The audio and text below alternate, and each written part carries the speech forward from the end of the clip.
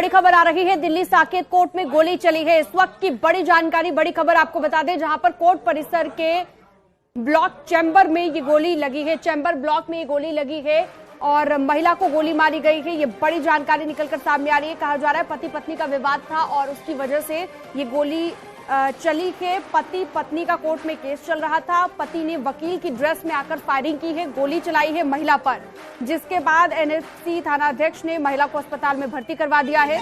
पति ने वकील की ड्रेस में आकर फायरिंग की है। दोनों का केस इसी कोर्ट में चल रहा था। आरोपी का नाम कामेश्वर सिंह बताया गया है। कोर्ट नंबर 3 के बाहर ये फायरिंग हुई है और कोर्ट परिसर के चैम्बर ब्लॉक में ये फायरिंग की गई है। पति पत्नी के विवाद के चलते इस घटना को अंजाम दिया है। पति ने वकील की ड्रेस में आकर फायरिंग की। घायल महिला का नाम हमने आपको बताया। पति पत्नी का जो विवाद चल रहा था, जिसके बाद एम राधा है। घायल महिला का नाम दरअसल एम राधा है और पति पत्नी का ये विवाद इतना बढ़ गया कि कोर्ट परिसर में ही गोलियां चलाई गई। साकेत कोर्ट में आज लगभग 10:20 पर कोर्ट परिसर के अंदर फायरिंग हुई। हालांकि ये बताया जा रहा है कि दो लोगों के बीच का ये पूरा डिस्प्यूट था, जिसमें एक व्यक्ति जो है, मनोज नाम का व्यक्ति है, जो फिलहाल कोर्ट में आता है, वकील के ड्रेस में रहता है। वो एक महिला पर गोली मारता है, उनके पेट में गोली लगी। हालांकि कई वकीलों ने बीच बचाव करने की कोशिश की, लेकिन उसने पिस्टल बाहर निकाली। ये बताया जा रहा है कि 4 राउंड गोलियां चली थी। हालांकि इस पूरे मामले पर तुरंत पुलिस जो है वो मौके पे थी। वहां पर वकीलों ने तुरंत उस महिला को पकड़ा। हालांकि जो आरोपी है वो फिलहाल अभी हिरासत में नहीं है, वो भागकर कोर्ट परिसर से बाहर निकल गया। लेकिन ये बताया जा रहा है कि जो फिर गोलियां चली हैं वो ब्लड स्टेन वहां थे। हमारे साथ वकील साहब हैं। सर, एक बड़ा मामला, आप लोग कोर्ट में ही रहते हैं, 10:20 पर यह घटना हुई, आप लोग वहां थे क्या? नहीं, हम लोग तो यहीं बाहर में एंट्री कर रहे थे, तब फायरिंग की आवाज हुई। तो 3-4 फायरिंग की आवाज हुई। जब तक हम लोग गए तो देखे कि एक महिला को लगी थी, अपना जा रहे थे लेके, पुलिस वाले सब लेकर के। और इसमें तो मैं तो यही कहूंगा कि ये तो पुलिस प्रशासन की फेलियर ही है, कंप्लीट है। केंद्र में किसकी सरकार है और वो कौन है?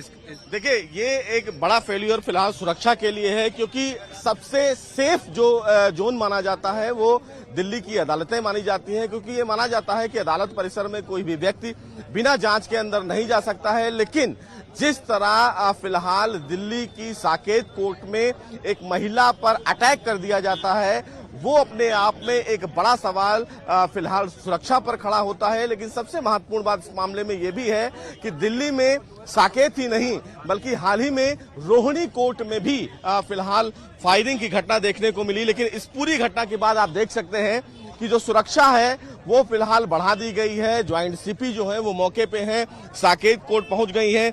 कई इलाके के जो डीसीपी हैं वो मौके पे हैं। जांच हो रही है कि आखिर किन कारणों की वजह से फिलहाल गोली चली। जो महिला है जिस पर गोली चलाई गई, उसको फिलहाल एम्स में एडमिट कराया गया है। उसका फिलहाल इलाज चल रहा है, हालत गंभीर बताई जा रही है।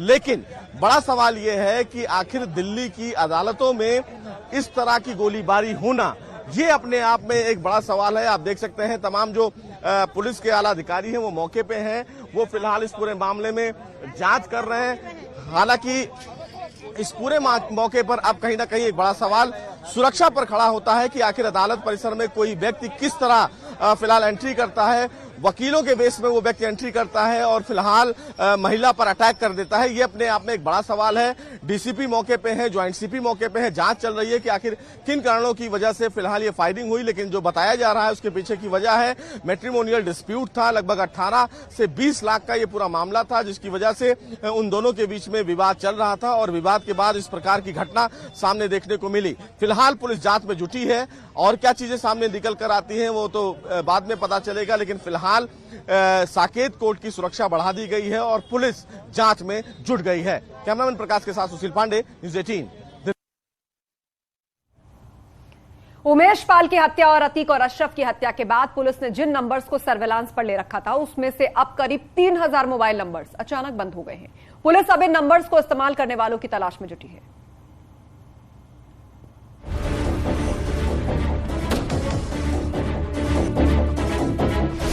आप जो नंबर ट्राई कर रहे हैं वो स्विच ऑफ है।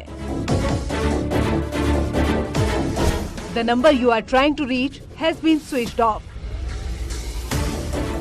3 मिनट में 3000 मोबाइल बंद। यहाँ अतीक को गोली लगी और वहाँ मोबाइल स्विच ऑफ हो गए।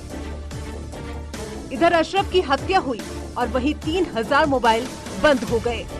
आपको शायद यकीन ना हो, लेकिन ये सच है। पुलिस ऐसे ही 3000 मोबाइल की तलाश कर रही है जो अचानक बंद हो गए। और ये सब हुआ अतीक की मौत के चंद मिनटों के अंदर। देखिए, अतीक और अशरफ को मेडिकल चेकअप के लिए लाया गया था। तब तक सभी 3000 मोबाइल एक्टिव थे, लेकिन देखिए कुछ इस तरह अतीक और अशरफ को गोली मार दी गई। पलक झपकते ही सब कुछ खत्म हो गया। कोई कुछ समझ पाता उसके पहले ही अतीक और अशरफ को मौत के घाट उतार दिया गया। ये खबर आग की तरह फैल गई, लेकिन उसके बाद जो हुआ वो बेहद रहस्यमय था। अतीक की मौत के बाद सिर्फ 3 मिनट में 3000 मोबाइल स्विच ऑफ हो गए। जांच के दौरान जब पुलिस को ये बात पता चली, तो अब पुलिस इन 3000 नंबरों की पड़ताल में जुटी हुई है। ये नंबर किसके पास थे? पुलिस को शक है कि ये नंबर ऐसे लोगों के हो सकते हैं जो अतीक के नेटवर्क से जुड़े थे। इनमें से कई तो अतीक के शार्प शूटर भी हो सकते हैं, या फिर ऐसे लोग जो अतीक के लिए वसूली का काम करते थे। कुछ लोग ऐसे भी हो सकते हैं जो अतीक के साथ काले कारोबार से जुड़े हुए थे। यूपी एसटीएफ कई लोगों पर नजर बनाए हुए है और लगातार तलाशी अभियान चलाया जा रहा है। उमेश पाल हत्याकांड के आरोपियों की तलाश में जगह जगह दबिश भी दी जा रही है।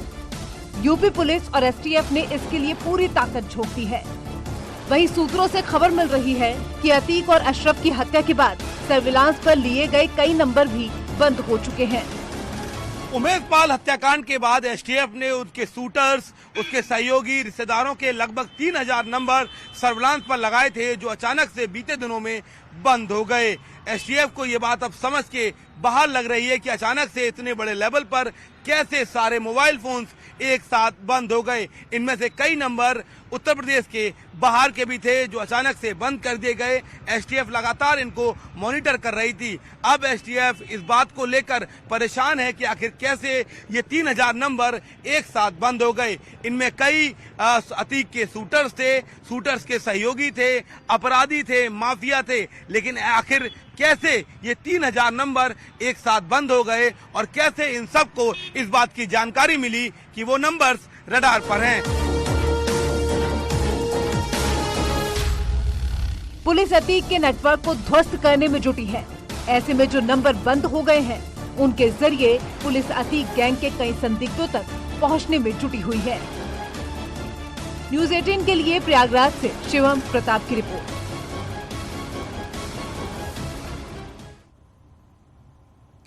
और शाइस्ता को लेकर एक और बात कही जा रही है। कहा जा रहा है कि बुर्का हट जाएगा तो शाइस्ता मिल जाएगी।